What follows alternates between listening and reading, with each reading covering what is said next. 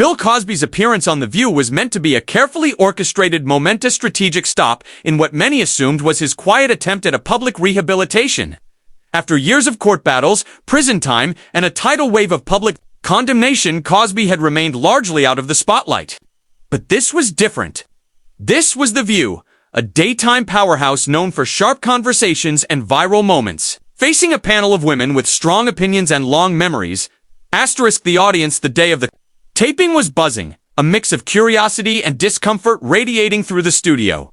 When Cosby was introduced, the applause was hesitant. There were cheers, but just as many folded arms and furrowed brows.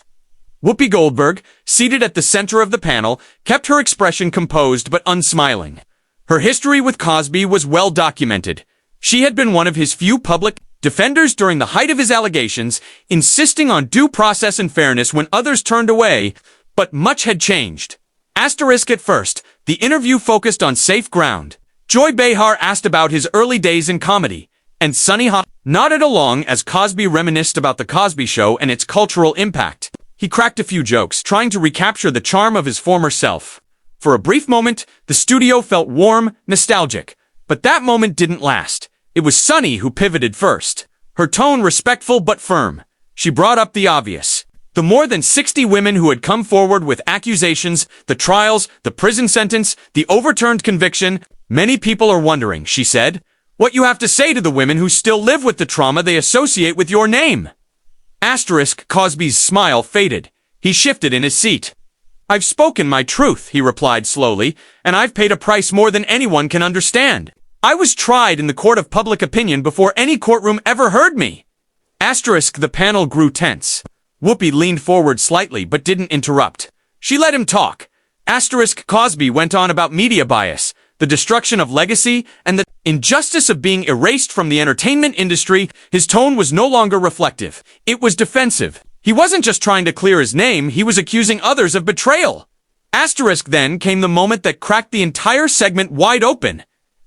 You of all people, Cosby said, turning directly to Whoopi, should understand what it feels. Like to be attacked by people who don't know the facts? You defended me. You were my friend. There was a shift in the air. Even the cameras seemed to hesitate. Whoopi inhaled deeply, then looked him straight in the eye. I did defend you, she said, her voice controlled but shaking slightly, because I believed in due process, because I thought the system had to run its course. But I also listened to the women. I heard their stories. And when the truth started to take shape, I had to ask myself, was I wrong to stand by you? Cosby's face hardened. So that's it, he snapped. You just turn your back and throw me to the wolves.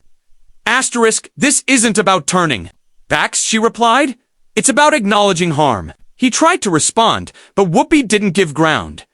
I've spent my life standing up for people who didn't have voices. That includes survivors. That includes women who were told to be quiet for decades, while men like you were protected by silence. The studio was dead silent.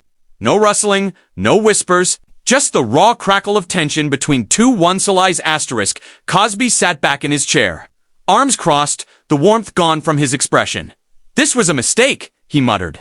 I thought this show was about dialogue, not judgment. And then, without warning, he unhooked his microphone, stood up, and said, I'm done. He waved off the producers, ignored the co-hosts, and walked off stage mid-segment. The audience gasped. A few scattered boos echoed after him. Cameras kept rolling. As the hosts exchanged stunned glances, Joy tried to cut to commercial, but the control room was slow to react. Whoopi sat still, eyes fixed on the space Cosby had just vacated. When they finally went to break, the internet was already lighting up. The headline wrote itself. Bill Cosby storms off The View after heated exchange with Whoopi Goldberg. And this was only the beginning. The fallout from Bill Cosby's walk-off on The View was immediate and intense. Within minutes of the segment airing, social media was ablaze. Were shared thousands of times within the first hour. News outlets scrambled to cover the incident, dissecting every word exchanged between Cosby and the hosts, particularly the emotional tension between him and Whoopi, who had once been one of his most visible defenders. The moment struck a nerve. For many, it symbolized the long-overdue reckoning not just with Cosby, but with the institutions and people who had shielded powerful men for years. Whoopi's willingness to confront her own past stance on air was lauded as courageous. In contrast, Cosby's behavior, his defensiveness, his refusal to acknowledge the pain of the women who had come forward, and his dramatic exit was seen as yet another example of a man unwilling to be held accountable.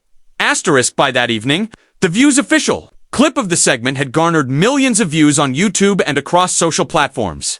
Some praised Whoopi for standing her ground, calling it one of the rawest and most honest moments in daytime television history. Others criticized the show for inviting Cosby in the first place, arguing that giving him airtime no matter the intent was a mistake. Asterisk Cosby's team responded with a carefully crafted press statement the next morning. It claimed the interview had been a setup, accusing The View's producers of blindsiding him with aggressive questioning. The statement painted Cosby as a victim of media sensationalism, someone who had served his time and was being unfairly vilified.